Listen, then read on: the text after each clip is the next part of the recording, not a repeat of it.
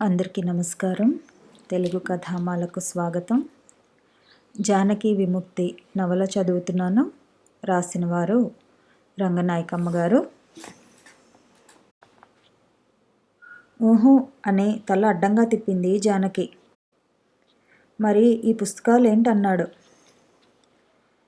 ఊరికే చదువుతున్నాను, పరీక్షలకు కాదంది. ఊరికే చదువుతున్నావా? ఇదేం కథ, నవల? ఎవడికన్నా చెప్పు, నమ్ముతాడేమో. తెలుగు పాఠాలు, పౌరశాస్త్రాలు ఊరికే చదువుతున్నావా అని కళ్ళు ఎర్రజేశాడు. నాకిష్టమని చదువుతున్నాను, ఆ పాఠాలు నాకిష్టం అంది మళ్ళీ. వెధవేషాలేయకు, బొంకినా అతికినట్టుండాలి అని బొంకడంలో రహస్యాలు చెప్పి పరీక్షకి కాదన్నది కాబట్టి అక్కడితో సరిపెట్టాడు. ఇక పాయింట్ ఏమీ దొరకలేదు. ఇంకెలా సాగదీయాలి తగువుని? ఎంత మాట్లాడినా తను పెళ్ళాం చెంప మీద కొట్టలేదు కాబట్టి ఆ మనిషినేమీ బాధ పెట్టలేదని వెంకట్రావు సిద్ధాంతం. 4 రాత్రులు పెళ్ళాం దగ్గర నంగినంగిగా మాట్లాడి ఇప్పుడు దురుసుగా ప్రవర్తిస్తున్నానని అతను అనుకోలేదు. ఇదంతా మామూలు సంభాషణే అతనికి.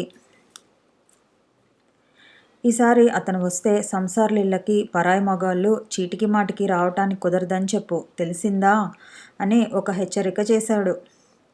ఆ తగు ముగిసిందో లేదో ఇంకా అప్పుడే తెలీదు, 6 నెలలైతే గాని. ఆ చల్లని సాయంత్రం అంత మనోహరంగా గడిచింది. ఇంటి గడపలో కాలు పెట్టేసరికి కడిగిన ముత్యంలా అలంకరించుకుని కంటబడిన భార్య మొహం మీద చిరునవ్వు, చెంపల్లో సిగ్గు కనబడలేదా అంధుడికి? ఆమె చూపుల్లో ఉల్లాసము, కొత్తదనము పట్టలేదా మూర్ఖుడికి? లేత వెన్నెల పరుచుకుంటున్నట్టు అప్పుడప్పుడే చల్లబడుతున్న వాతావరణాన్ని అతను మళ్ళీ చీకట్లతో, గాడ్పులతో నింపాడు. క్షణాల్లో అంతా అంధకారమయం చేశాడు. ఆ మధ్యాహ్నం నుంచి జానకి నిష్కారణంగా కలిగిన సంతోషమంతా తెల్లారింది. ఎదటి మనిషిలో మంచితనం గ్రహించకపోవటం తప్పైతే చెడ్డతనం గ్రహించకపోవటం కూడా తప్పే.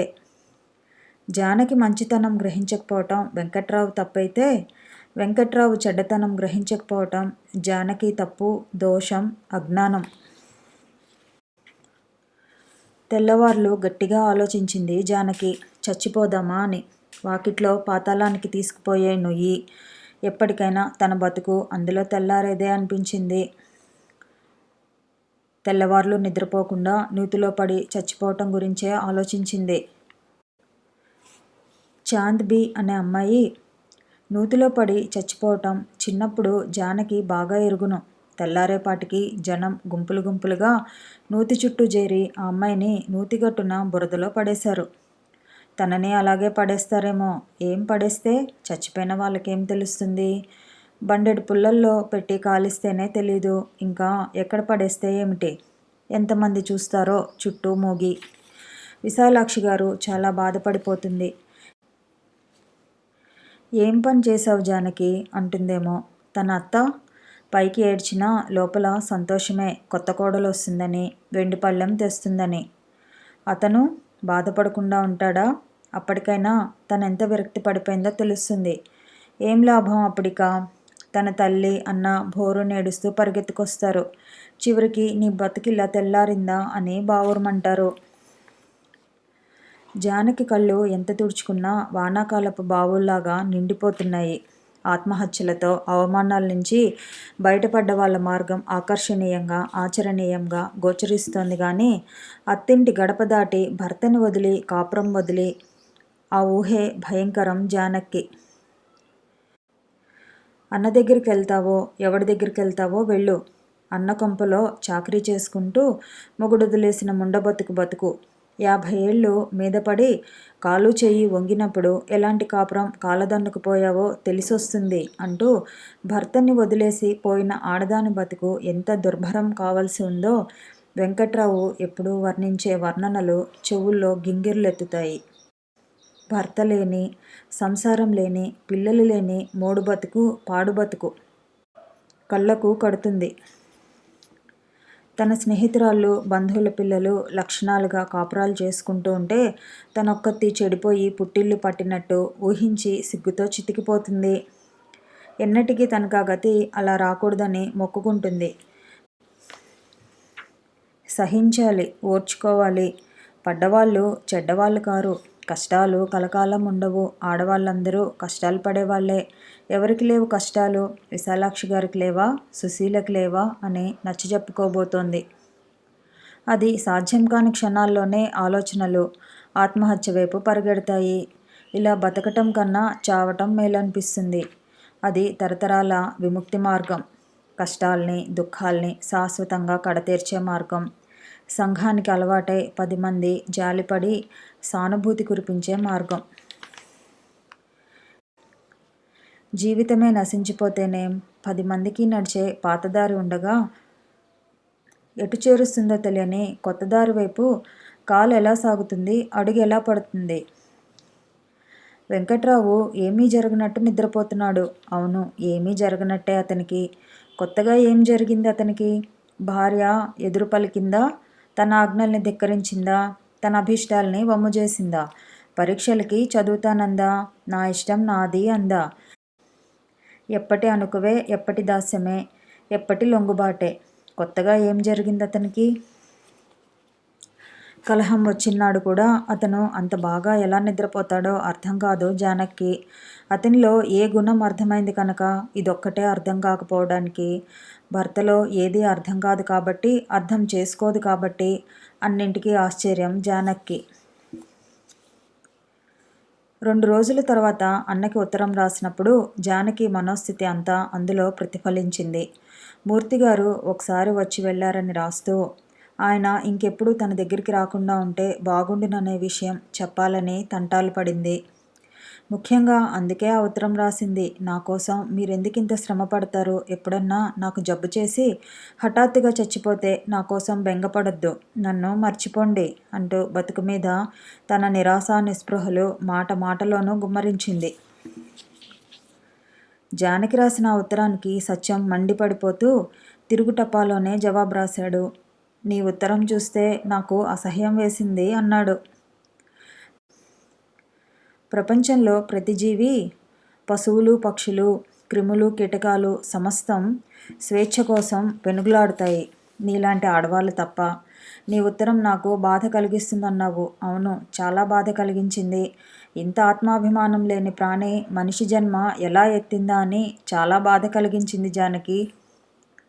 నీ ఆలోచనలన్నీ ఆత్మహత్య వైపు దారితీస్తున్నాయని నాకు అర్థమైంది. చివరికి నీ గతి ఇలా కాబోతోందన్నమాట. జానకి సీరియస్ అనో, జానకి పోయింది అనో, నేడో రేపో అతి త్వరలో మాకు టెలిగ్రామ్ రాబోతోందన్నమాట. దాన్ని చూడగానే నేను కూడా పరిగెత్తుకొస్తానని భ్రమపడుతున్నావేమో. ఆ పని మాత్రం చేయను. నువ్వు ఆత్మహత్య చేసుకుని చచ్చిపోవటమే జరిగితే నీ శవాన్ని చూడటానికి కూడా నేను రాను. నువ్వు కొన ఊపిరితో ఉండి అన్నయ్యని చూడాలని కలవరించినా నీ మొహం నేను చూడను. దిక్కుమొక్కు లేక, కష్టాల్లో ఆదుకునే వాళ్ళు లేక, మొగుడి కొంప దాటితే బయట నిలబడే దారి లేక, అంత నిస్సహాయ స్థితిలో ఉన్న స్త్రీలు ఏదైనా పాడు పని చేశారంటే నేను అర్థం చేసుకోగలను. కానీ నీలాంటి సిగ్గుమాలిన వాళ్ళని గురించి నేను ఒక్క నిమిషం కూడా సానుభూతితో ఆలోచించలేను. ఒక సెకండ్ కాలం కూడా ఖర్చు పెట్టలేను. ఇన్నాళ్ళు నీ ఆలోచనలతో నా బుర్ర బద్దలు కొట్టుకోవటం, నీకోసం బాధపడుతూ నా కాలం వెచ్చించటం ఎంత వేస్టో, ఎంత తెలివి తక్కువో ఇప్పుడు తెలుస్తోంది. ఆత్మాభిమానం లేని మనుషులు ఎందుకు బతుకుతారో అర్థం కాదు నాకు. మంచి నిర్ణయమే చేసుకున్నావు, నీకు సరిపోతుంది, అలాగే కానియ్యి. కానీ చావడమే తప్పదనుకున్నప్పుడు అసహ్యకరమైన పిరికి చావు చచ్చే కన్నా వాణ్ణి చంపి వీరోచితంగా చావరాదు? మరణంతో కూడా ఒక చిన్న మంచి పని చేయరాదు? సరే, నీకెలా ఇష్టమైతే అలా చేసుకో. నిత్యము నీ కన్నీళ్లతో వాడి పాదాలు కడిగి, నీ తలనీలాలతో వాటిని ఒత్తి, నీ ఆత్మగౌరవం వాడికి నైవేద్యం పెట్టి, చివరికి నీ నిండు జీవితం వాడికి అర్పణ చెయ్యి. ఇంకేం చెప్పగలడు నీ అన్న? ఆ ఉత్తరం సత్యం మూర్తికి పంపుతూ, ఇది తప్పనిసరిగా జానకి అందేటట్టు చూడు. ఈసారి నువ్వు వాళ్ళ ఇంటికి వెళ్ళకు. నీ కళ్ళ ముందే అక్కడ పెద్ద మారణహోమం జరిగి వాడు నీకో బలి సమర్పిస్తాడు. ఈ ఉత్తరం జానకి దగ్గరికి ఎవరితోనన్నా పంపాలి. అలా వీల్లేకపోతే ఒక పని చేయొచ్చేమో ఆలోచించు. జానకి వాళ్ళ పక్కవాటాలో విశాలాక్షి అనే ఆవిడ ఉన్నారు. ఆవిడ తనతో చాలా స్నేహంగా ఉంటుందని జానకి చాలాసార్లు చెప్పింది. ఆవిడ దగ్గరికి పంపితే జానకి అందవచ్చు. ఆవిడ భర్త ఎలాంటివాడో నాకు తెలీదు.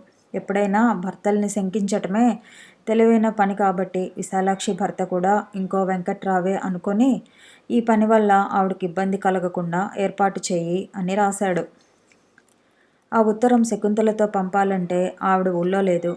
అదిగాక ఆవిడ జానకి దగ్గరికి అంత తరచుగా వెళ్ళటం మంచిది కాదనుకున్నాడు మూర్తి.